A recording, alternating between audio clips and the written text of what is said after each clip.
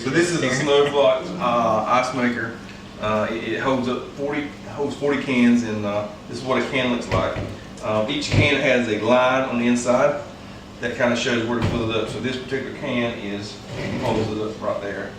So this will make a perfect block for the New Orleans style machine made of Southern Snow or Snow Lizard. So the key is we have 40 cans right there, and the cans actually fit inside.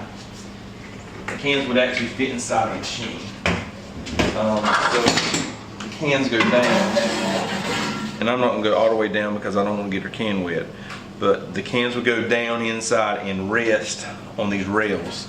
If you can imagine 40 cans just resting on the rails. Now the key is you've got to fill the water up. You got to put water inside the can first for the cans to stay down.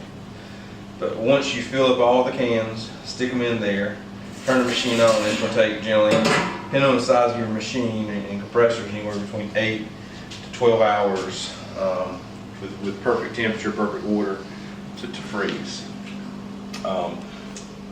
Inside the machine, in the bottom of the machine here, we have a glycol water solution.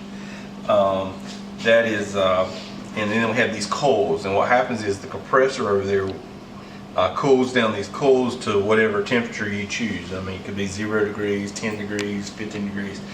Ideal around 10 degrees is probably the best cooling temperature to help prevent your ice from cracking. So what happens is all these cans will be sitting in here on the rails. That will force this water glycol solution to rise to the top because this will displace the water. And in the back here you have the agitator.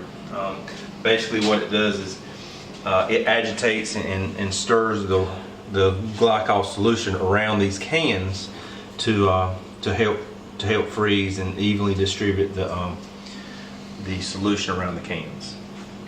This one takes around 12 hours to freeze on a hot day, a 95-degree day. With, it might take 13 hours, 14 hours, something like that, depending on the humidity, the temperature, and stuff like that.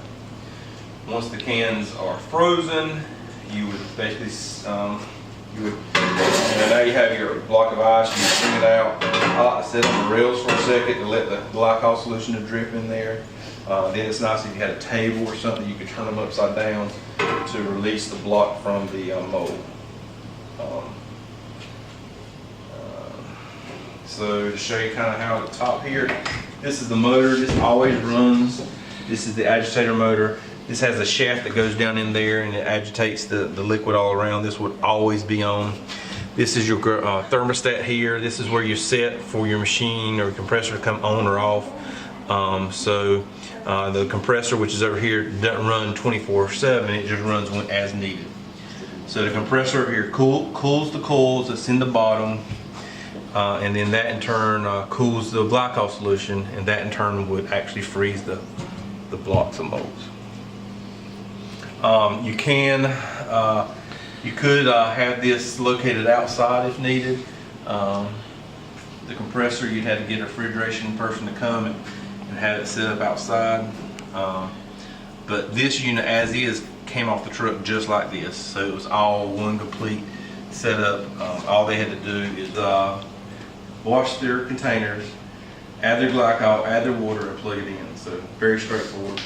And then wait 12, 13 hours for it to freeze. It takes to do 40 cans, working hard will take a good hour. One person might take an hour and 15 minutes, hour and 20 minutes, but it takes a while. This is a very manual process, very labor intensive. But it's much cheaper than buying your block ice.